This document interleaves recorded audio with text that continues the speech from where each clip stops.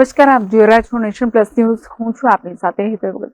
મુખ્યમંત્રી ભૂપેન્દ્ર પટેલે રાજ્યમાં યોજવામાં આવેલી 16મી સિંહ વસ્તી અંદાજના આંકડાઓની ગૌરવપૂર્ણ જાહેરાત કરી છે. મુખ્યમંત્રી ભૂપેન્દ્ર પટેલે રાજ્યમાં યોજવામાં આવેલી 16મી સિંહ વસ્તી ગણતરીના અંદાજના આંકડાઓની ગૌરવપૂર્ણ જાહેરાત કરી છે, જેમાં તેમણે વધુ વિગતો આપતા કહ્યું છે કે 196 નર, 330 માદા તથા પાઠડા અને 12 સિંહ મળીને સમગ્રતયા 891 સિંહોની સંખ્યામાં 16મી વસ્તી અંદાજના આંકડાઓમાં સામે આવી રહી છે. રાજ્ય સરકારના વન વિભાગ દ્વારા દર 5 વર્ષે ડાયરેક્ટ બીટ વેરિફિકેશન એટલે કે બ્લોક કાઉન્ટ પદ્ધતિથી સિંહની વસ્તી અંદાજની કામગીરી હાથ ધરવામાં આવે છે. આ વર્ષે તારીખ 10 થી 13 મે દરમિયાન 11 જિલ્લાના 58 તાલુકાના 35,000 ચોરસ કિલોમીટર વિસ્તારમાં વન કર્મીઓ અને સરપંચો, ગ્રામજનો સહિત 3,854 માનવબળ આ કામગીરીમાં જોડાયેલો હતો.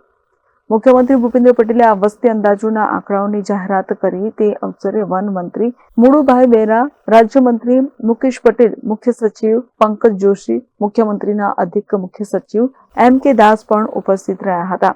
મુખ્યમંત્રીએ ઉમેર્યું છે કે વડાપ્રધાન નરેન્દ્રભાઈ મોદીએ તાત્કાલિન મુખ્યમંત્રી તરીકે રાજ્યમાં સિંહ વસ્તી અંદાજની અગાઉની પરંપરાગત પદ્ધતિને બદલીને total count by direct sighting 8 block system પદ્ધતિ કરાવી હતી.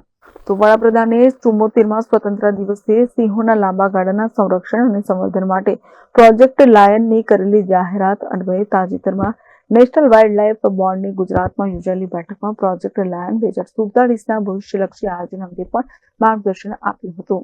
તેમણે આ અંગેની વધુ વિગતો આપતા કહ્યું કે 2001માં સિંહની સંખ્યા 327, 2005માં 359, 2010માં 411, 2015માં 523 અને 2020માં 674 હતી, તે હવે વધીને 891 થઈ છે.